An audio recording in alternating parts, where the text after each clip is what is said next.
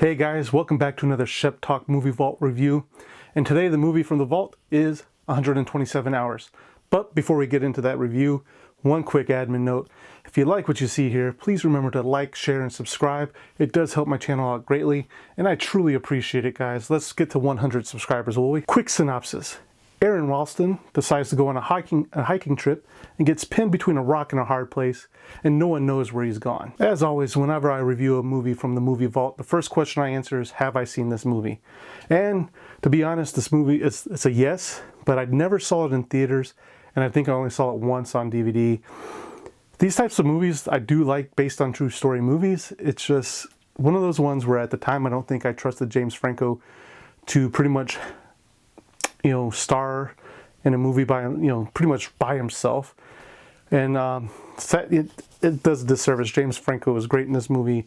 If you haven't seen it, I do recommend watching at least once 127 Hours. The story is phenomenal. This movie was first released January 28th, 2011. It's directed by Danny Boyle, starring James Franco.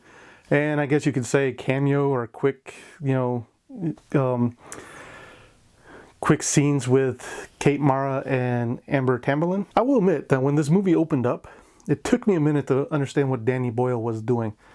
We get like 3 screens showing us all these people doing various activities, and you're just like, it's one of those scenes, at least for me, had me scratching my head until I figured it out. With 127 Hours, what we're getting with this movie, he was showing us how much we're surrounded by humans, how all the time we have somebody around us. There's hardly any time that we have alone, unless usually we live alone or we go somewhere to be alone. And so he was just giving us that little scene of, this is how how we usually live. We're usually surrounded by humans every day. And another thing that gives you that that didn't tell you that this was like a Danny Boyle film, was the simple fact that how he transitioned scenes from when we see James Franco or Aaron getting prepared to go on this hiking trip was just, the scene transitions were really well done.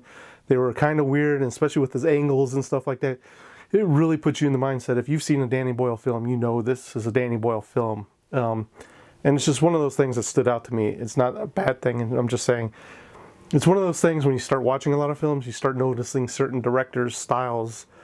Just like with actors, you can kind of know who's doing something if you're familiar with how they like the film. And then, like I said in my introduction, Kate Mara stars in this, and I don't think I really knew of Kate Mara in 2011 when I was watching 127 Hours, but I came to see her and love her in House of Cards, and I've kind of followed her career path, and it hasn't always been great since she's been in House of Cards and even 127 Hours. But it's always nice going back and see, when you're watching an older film, seeing stars that you're paying attention to now, but you didn't really notice back then. It's one of those things I like to, and I always seem to call it out on these videos, and I hope you don't mind. And then we come to, let's get to the juice of this story. Aaron Ralston being trapped with a rock pinned against the cliff.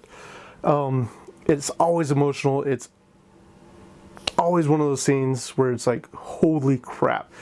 And I think, one credit to Danny Boyle for setting up how the scene was filmed, and also credit to James Franco seeing all the emotions on his face, and especially when he's going through all the thoughts about, oh crap, my arm's trapped, what am I going to do?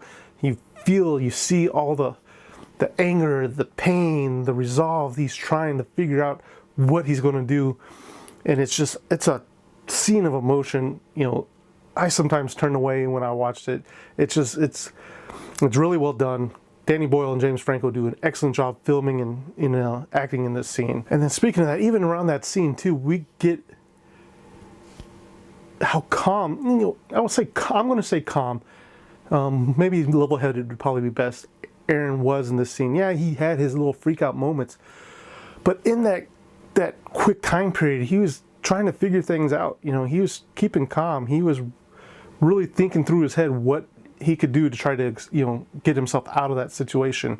He was trying to pay attention to his surroundings, and I don't know. If it was me, I don't know if I could do that. And then we get to him, get into one of the night scenes, the first night scene. And he comes to the realization, it's like, I can't fall asleep the way I am. Because the way my arm's trapped, if I fall asleep, I'm going to hurt my arm or, do more damage to myself. And I'll probably, who knows if I'll be able to get back up or whatnot.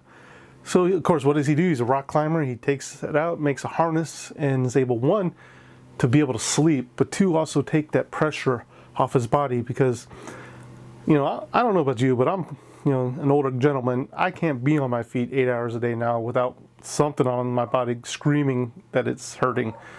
So I can just imagine with your arm pinned and being trapped like that, what kind of pressure and stress your body is on that you want to try to get some kind of relief. So I feel it's pretty great, that he just was able to remain calm like that and think of a harness, to, keep him upright while he was sleeping. And then, of course, another great thing he deals with, that most people probably wouldn't think about, is the temperature difference between night and day in the desert. At night, it could get up to 100 degrees, 100 and something degrees, but at night it could drop down, to below freezing. And so, you see in this movie where he's putting on layers, he's trying to wrap himself up because he's trying to keep that body heat because he doesn't want to die of, being frozen to death at night. It's just another thing that, I get it, you'd probably think about it once the night starts settling and he starts getting cold, but he seems to have, a plan of action. He's wrapping himself up and stuff. He's, he goes about it in a very calm way. Aaron gets stuck, I think it was on Saturday, and then, we go through certain scenes. And then Tuesday hits us. Yeah, Aaron freaks out. He kind of has some dementia and stuff like that. But, he has his little camcorder he's recording into. And he knows how much battery life he has left. He knows how much water he has left. And Tuesday's pretty much that no man's land. He's getting to that point where he's almost out of water. But when he's doing his recordings, man, he's still in that chipper, positive frame of mind. And I think that really helped him out the most, is that he had that frame of mind where he stayed positive. He had that chipper mood set. Yeah, he went through a lot of stuff. We would all go through a lot of stuff when we're trapped in that kind of way. But, being from Saturday, Sunday, Monday, Tuesday morning to still be positive just really, just sets the tone for you. You got to look at things in a better type of light, even if you're stuck. So that way you can figure out, if you're freaking out, you're not going to free yourself. You got to remain calm. You got to remain positive, and you got to look at the situation, continue thinking, how am I going to get out of this mess? And like I said, at this point, we kind of see Aaron has to make the hard choice. He's out of water. No one knows where he's at. He has a dull, multi-function tool, or as we called it in the Navy, lifer tool. So he's got to make that choice. I don't know if I could ever make that choice. I don't know if you guys can make your choice. I know it probably would come down to it. But he decides the best course of action is cut that arm off, And then that, when you commit to that, it's not something you can take over a couple hours, couple days to go through. Once you start making that cut, once you've digged into that arm, you got to also realize there's another factor in there now. Not only are you out of water, not only at time, you got blood loss. So if you don't get through that arm quick enough and gets free, you're going to die because of blood loss. And, and again, I think it's Aaron being that calm mind, that positive attitude. He knows all this stuff. He does it. He pulls his arm free. He bundles it up. But what does he do? When he gets free, he takes a snapshot of where, takes a picture of where the scene that he just freed himself from. Man, if it was me, I'd be hightailing it out of the canyons. But he, again, remains calm. He remains positive, and he gets out there until he finds some other hikers and gets their help and have them call a medevac to get him down, bring him, to civilization and get him back to health. I did look up, how Aaron was doing now. He is alive and well. He is married now. He does have 2 kids. So, and I think he's still an engineer. I think he was a mechanical engineer, but he also does motivational speaking, which I think is great. He has a story to tell, and he can tell people that, maintain that positive attitude helps you out. If he ever comes in the area, I might actually try to see if I can see one of his talks. I don't know if he does them anymore or travels anymore, but I think it would be awesome to hear him talk about, especially that situation and how, he stayed in that peace of mind to get himself out of that. Alright guys, as you know on Shep Talk Movie Vault Reviews, I only have two verdicts here. It's either keep it or delete it. And I think you can tell by how I've been talking about this movie that it is a definite keep it. I did it a disservice back in 2011 when I watched it on DVD. This movie is really good. Its message is strong. James Franco does an excellent job as Aaron Ralston. Danny Boyle does excellent as director in this movie. If you haven't seen this movie, I highly recommend at least going out and giving it at least one shot. It's based on a true story, so, you know, but it's really well done. Alright guys, as always, thank you for watching, and I'll see you at the next review.